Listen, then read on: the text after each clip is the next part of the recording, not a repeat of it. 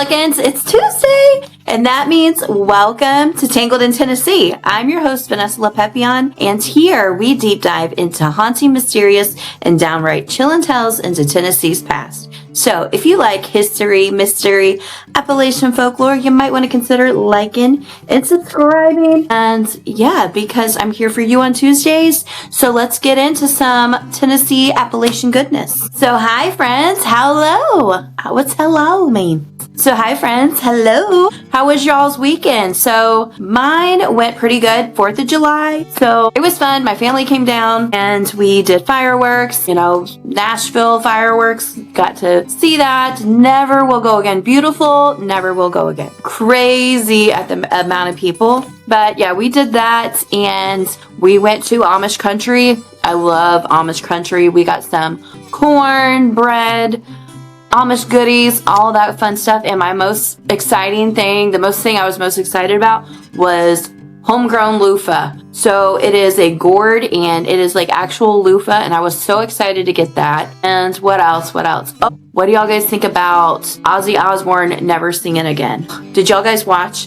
I totally watched that, and it's very bittersweet because I wasn't like a diehard Black Sabbath fan, but definitely knew his music, knew their music, knew Ozzy's music, and I knew them more from the Osbournes. That was more where I watched Ozzy Osbourne, but you definitely knew his music, and it's bittersweet. I feel like it was like kind of hurts your heart to see a lot of metalheads crying, but I get it because it's an end of an era, but it's in a way, it's a good way that it's closing in a way that he's here to see it, and not like some other artists that are really amazing and they don't get to see, they know they have a legacy, but don't really get to see the effect on the people that they touched. So, and Youngblood, guys, him singing any Ozzy songs, him singing Changes, like, that's my cougar thing there, because he is so good looking and the boy can sing. Dang.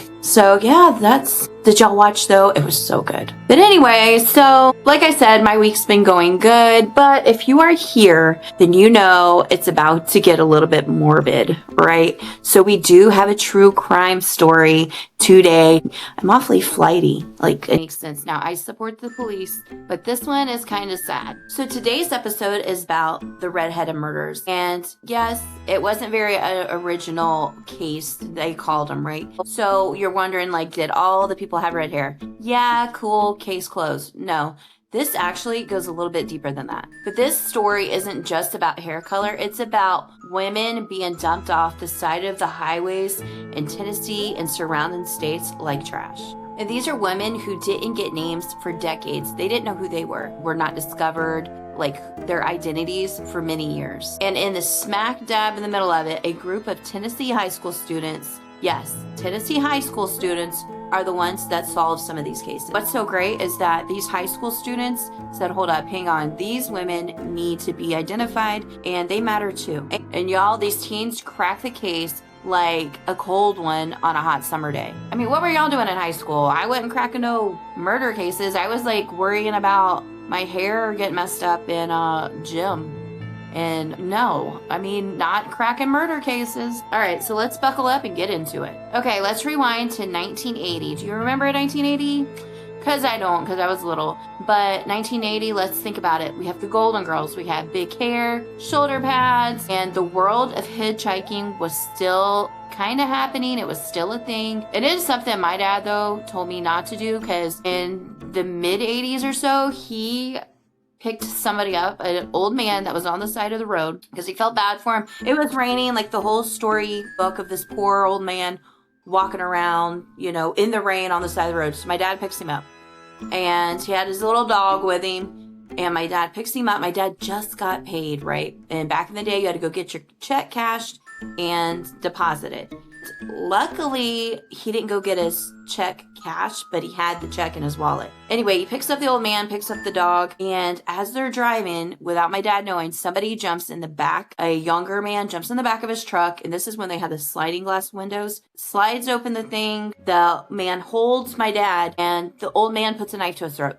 You guys, so that's why my dad told us never to pick up hitchhikers, no matter how sad. Luckily, he was okay. They just took his check. and left. But anyway, that's the 1980s. So hitchhiking definitely was happening. And this was mostly because gas was expensive. People, God, if they knew what gas was now, but people didn't have smartphones. They couldn't call for rides. And if they needed help, they just had to be like hoping somebody out of the kindness of their heart would pick them up. But of course, with that comes risk because you don't know who's picking you up or who you're picking up.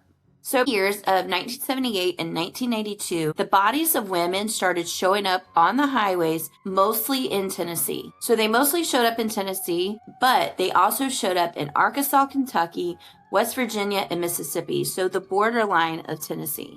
So all of these women were white women, and they all had one thing in common. They were kind of youngish, and they had some type of a red hair. Some had natural red hair, some was dyed, some even had highlights. But one thing's for certain, they all had some type of a fiery hair color, and that is the only thing that connected them.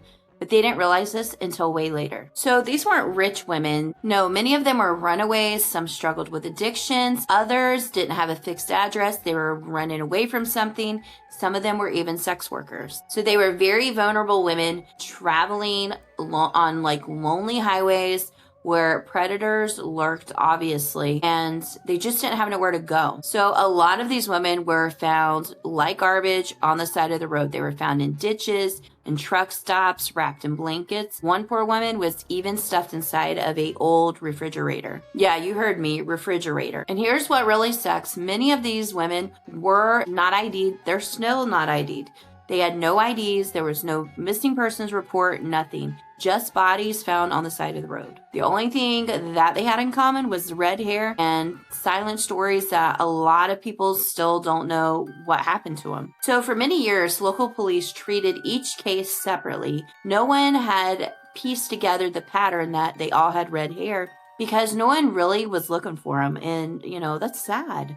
So sadly, because when women are poor, they're sex workers, and they go missing or murdered, nobody really looks for them, and a lot of times they go overlooked because nobody's looking for them. And back then, that was the cold, hard truth. So eventually they caught on that these women all had red hair, and the media dubbed them the Redheaded Murders. It was catchy, but in the same way, it was kind of lazy because the only thing they could comment on was their red hair. And personally, even as a hairstylist, they deserve to have more of a name than just their hair color. I don't know. I just feel like there should have been more than just calling them the redheads. So I want to honor these women. Now, there are many women that still, they have not identified. They don't know who they are. They're not even sure if the same person murdered them, but they have red hair. So it is assumed that they did. So the first one that we're going to talk about is Lisa Nichols. So Lisa was found in West Virginia, Memphis. I did not know there was a Memphis, Arkansas.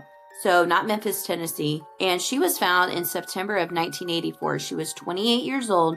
She had auburn red hair. She was strangled and found face down in a ditch. And Lisa originally had nobody could identify her for months because Lisa was hitchhiking. She was a runaway and was hitchhiking. It is assumed that she was running away from a dark past, and she never got to tell her story exactly what she was running away from, but they found her. Tina Marie Farmer. So found on New Year's Day in 1985 in Knox County, Tennessee, Lisa was the one that was stuffed inside a refrigerator. She had a pantyhose tied around her neck. She was strangled, and she had no ID for decades. Tina was also only 21 years old. So it was said that she was traveling with a man, a long-haul truck driver, who was later suspected of her murder.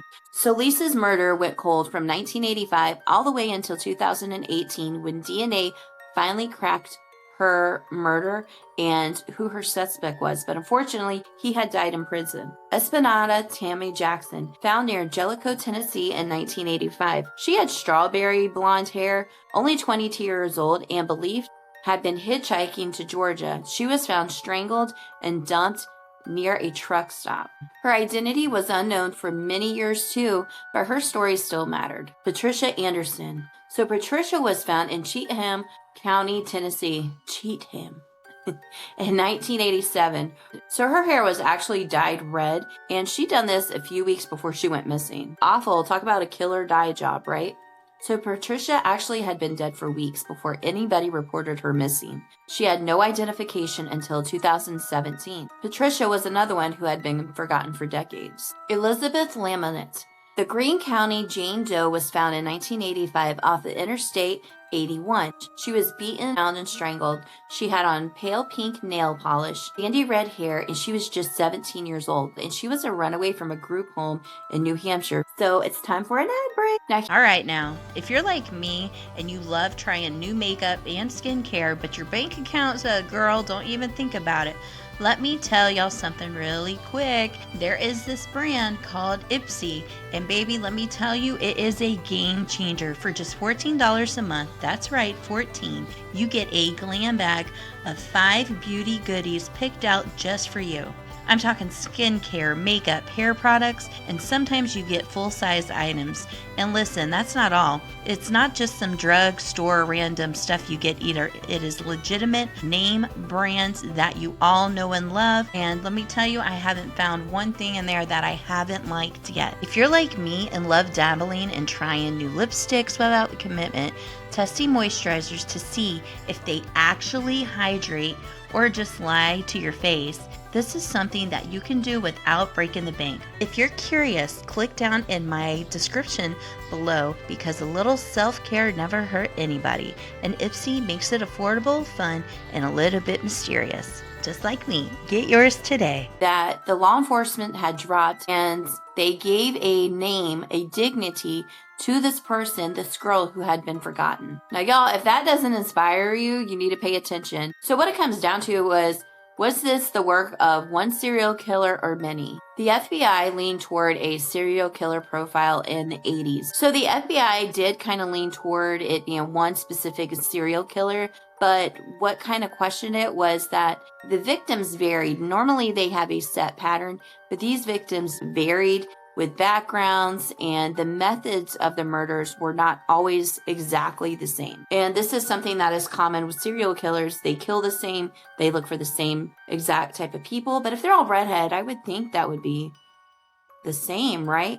But the method of how they were taken was not exactly the same. So because of this, many experts sometimes now think that it could have been multiple predators, truckers, drifters that just kind of played into, okay, we got to find someone with red hair and they won't know it's us. And so what they believed happened is that because it was going out there that it was redheaded women getting murdered, it allowed predators to prey on vulnerable women on the sides of the road, and they didn't get caught. But there is one person that they know for sure killed some of these women, and that one man is Jerry Leon Johns. He was the long-haul truck driver from Tennessee, and he was the one that was linked to the DNA of the murder, Tina Farmer.